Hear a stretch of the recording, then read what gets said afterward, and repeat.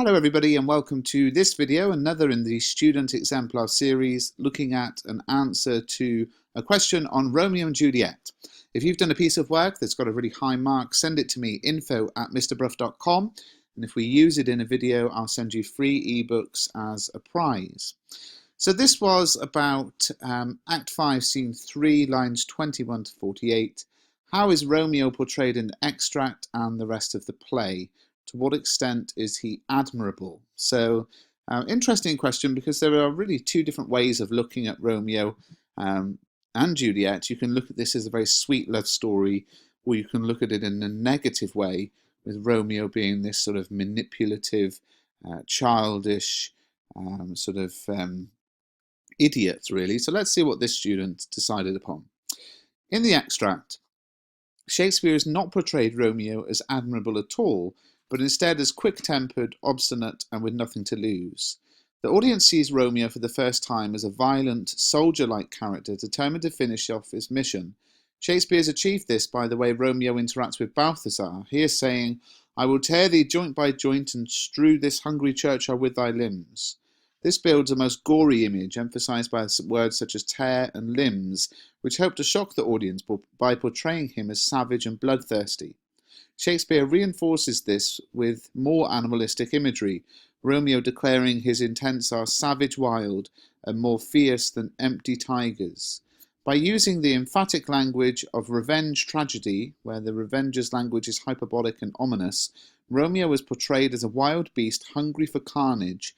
He kills Paris mere moments later. He is torn from his family, his friends, and his humanity. Furthermore, a director could emphasize Romeo's newfound bellicose nature by having the actor for Romeo shout his lines or recite them through gritted teeth so to accentuate his viciousness. So what about this first paragraph? It's some nice language analysis, looking at the imagery, looking at the sort of semantic field, and really applying that to the question and saying, look, he's not admirable in this extract because he's animalistic and, you know, full of vengeance and that kind of thing. Another feature Shakespeare has implemented to portray Romeo as not admirable is structural mirroring. In this extract, Romeo uses oxymorons, such as "thou womb of death," to express his anger and turmoil caused by Juliet's death as he's about to break into the tomb, a serious offence at the time punishable by death. Interestingly, this violent Romeo bears a striking resemblance to the fiery Tybalt, who in Act 1, Scene 5 says, "Sweet shall convert to the bitterest gall." Here Tybalt's use of antithesis is portentous and mirrors the language of Romeo in the extract. Consequently, we can infer that Shakespeare has used structural mirroring to emphasize Romeo's violence by implicitly comparing him to the savage, violent Tybalt. Their anger caused by loneliness or loss of love, as Romeo's Juliet is dead, and there is no mention in the play that Tybalt is in a relationship. We could argue that this is the cause of his anger too. Now, this is interesting because this to me is a very, very clever idea, much cleverer than the opening paragraph, and it really brings to light the thinking of how you structure your answer. So for me, I would be planning my answer, and then I would want to write my best ideas first. So I would have started with that as my first paragraph, because I think that idea of structural mirroring is a lot more sophisticated than this idea of language analysis. Most students can analyze language, but that structural analysis is much more sophisticated. And I think, you know, it's best to start with your most sophisticated, most perceptive ideas. Furthermore, Shakespeare's use of structural mirroring in this scene also helps to portray Romeo as not admirable by reminding us of him in Act 1, Scene 1, a sulking, love-struck fool. Cold fire, bright smoke, sick health, a series of compressed antitheses which, as signified previously, indicate the turmoil caused by heartache. This closes a circle between Romeo's journey of love, firstly being sulky and woeful to at the end of the play, acting in a very similar way and thereby not admirable. Only at the end of the play, when Romeo uses antithesis once more, Shakespeare has been less frivolous with his use of antithesis, and this could have been done to portray a subtle sense of Romeo's increased maturity. Yeah, this is a really clever point, actually, thinking about, okay, where does this extract come from? It's near the end.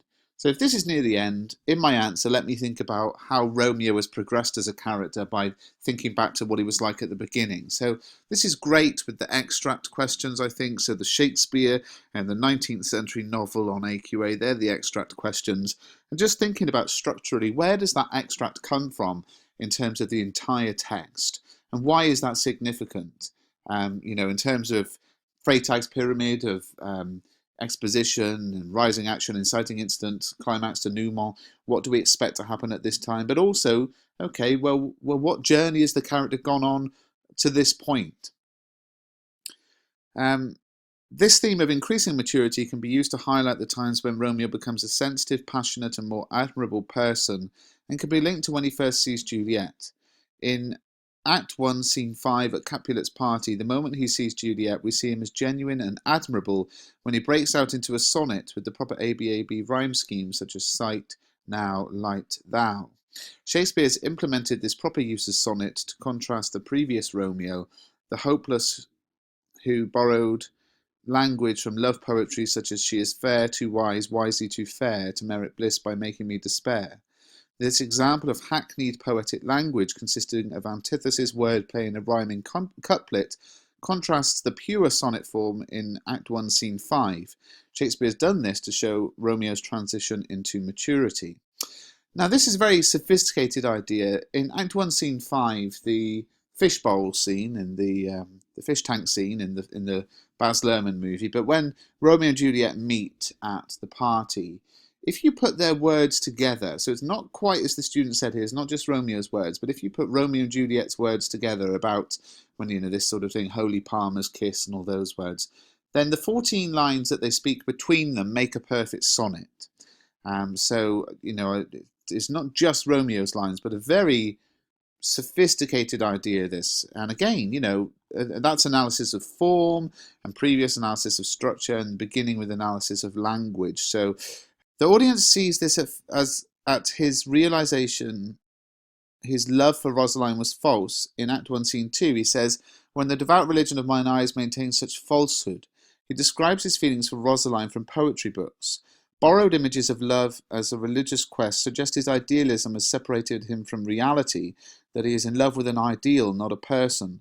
Borrowed second-hand from sonnets are images of looking, a declaration that his eyes cannot delude him, that he is a lover blinded by love. This paradox builds dramatic suspense for Act 1, Scene 5 when he falls in love with Juliet at first sight.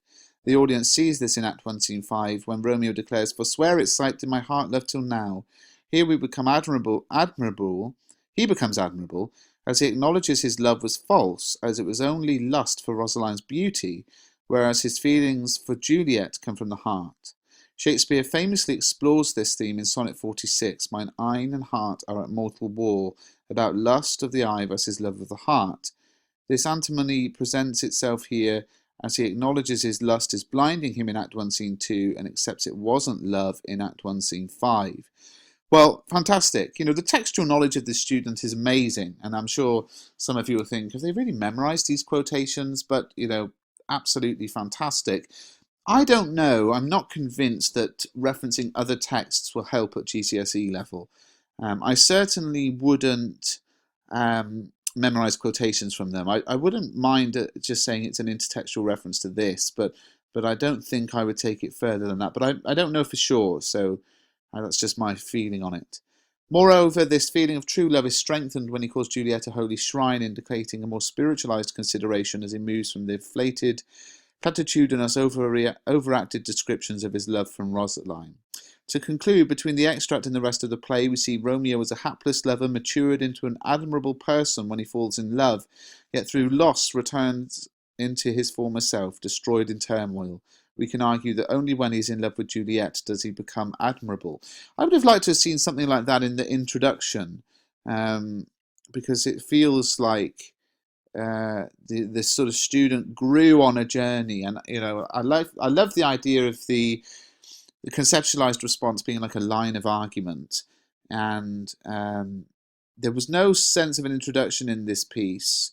I would have had an introduction, just a one-sentence introduction, which presented my line of argument, which would have been something like Romeo begins as not being an admirable character matures and in love with Juliet is admirable, but then loses that again after her death, or something like that. And that would have given a structure and a line of argument to my answer. But very, very good, and I hope you enjoyed it. Please do subscribe to the channel if you haven't done so already, and give the video a thumbs up if you want more.